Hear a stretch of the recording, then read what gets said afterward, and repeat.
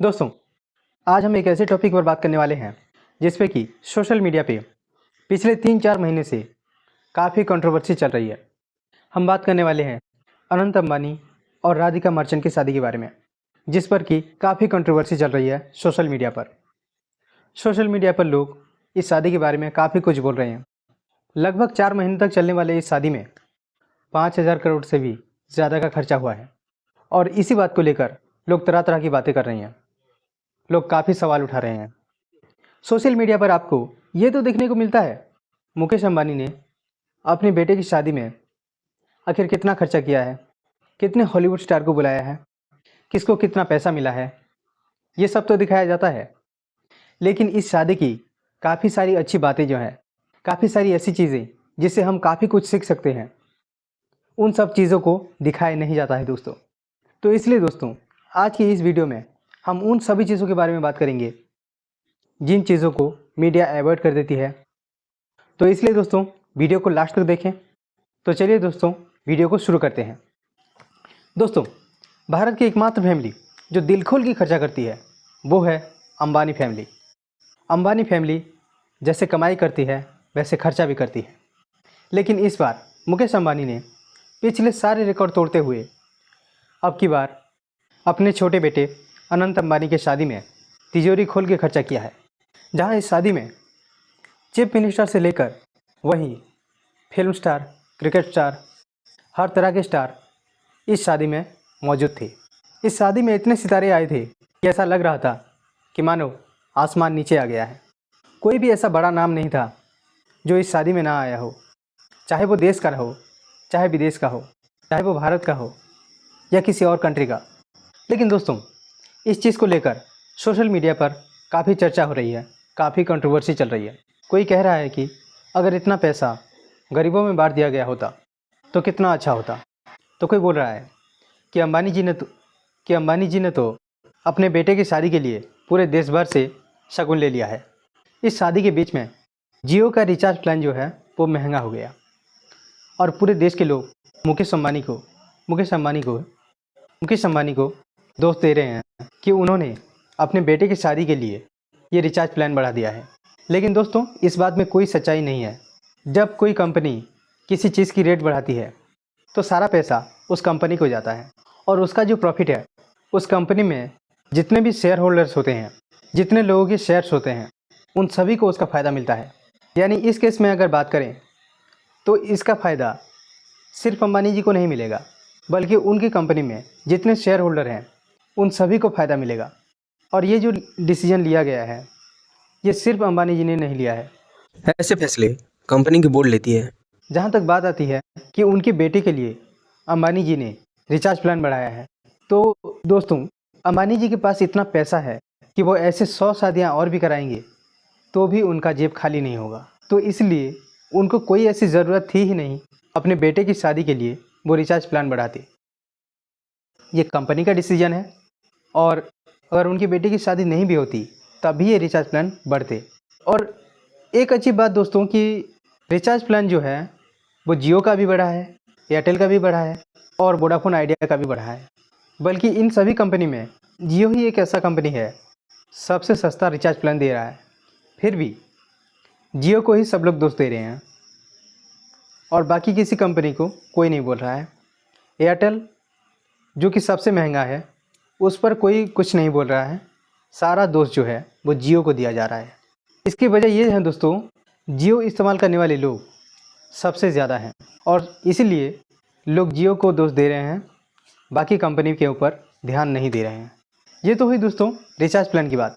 इसके बाद आ जाती है अंबानी फैमिली की कुछ खासियत है जिसके बारे में आपको जानना चाहिए। अंबानी फैमिली की खासियत दोस्तों, पहला तो मैं ये कहूँगा कि वो कभी भी अपनी संस्कृति को नहीं भूलते।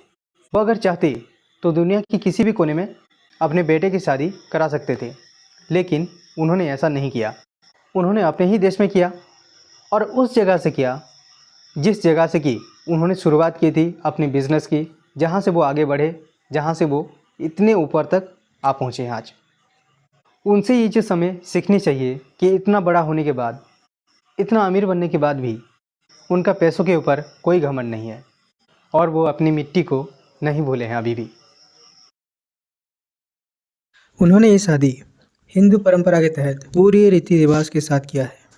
एक और बात दोस्तों, अगर आपने नोटिस किया है तो उनका जो पूरा परिवार था, उन्होंने जो कपड़े पहने थे वो पूरी तरह से भारतीय कपड़े थे। वो पूरी तरह से हिंदुस्तानी ट्रेडिशनल कपड़े थे। उनकी एक और खासियत दोस्तों कि जब भी वो बात करते हैं तो सबसे पहले जय श्री कृष्ण बोलते हैं, और ये हिंदू परंपरा में काफ़ी महत्वपूर्ण चीज़ है। आज के ज़माने में जहाँ गुड मॉर्निंग, गुड इवनिंग में बात ख़त्म हो जाती है, वहीं ये लोग आज भी जय श्री कृष्ण के शब्द का यूज़ करते हैं। जय श्री कृष्ण शब्द का यूज करते हैं, और ये एक बहुत अच्छी बात है दोस्तों।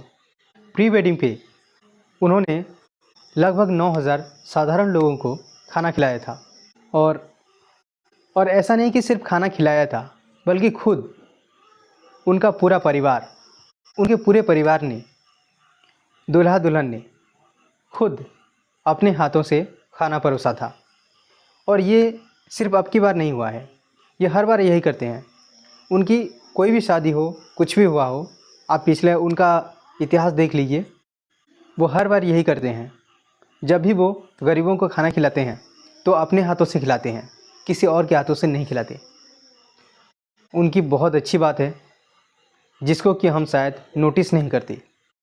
शादी की एक और खासियत दोस्तों, आपने देखा होगा कि जो भी फॉरेनर्स आए थे उन सभी को ट्रेडिशनल कपड़े पहनाए गए। इस शादी की एक और खासियत, यहाँ पे जो खाना बना था 2500 तरह के खाने बने थे, लेकिन इसमें चौंकाने वाली बात यह थी कि उसमें एक भी नॉन वेज आइटम नहीं था। और फॉरेनर्स जो कि दिन में लगभग 2 से 3 टाइम नॉन वेज खाते हैं, वो भी यहाँ से शुद्ध शाकाहारी भोजन खा के गए हैं। और दोस्तों शादी से पहले 50 जोड़ियों का एक सामूहिक विवाह भी उन्होंने करवाया, और उस सामूहिक विवाह का पूरा खर्चा उन्होंने उठाया, और हर परिवार को और हर जोड़ी को 1 लाख रुपए भी नगद दिए गए, जिससे कि वो कुछ और दिनों तक खर्चा कर सकें। मुकेश अंबानी जी ने जो 5,000 करोड़ इस शादी में खर्चा किए हैं, वो उनके कमाई का 0.5% है।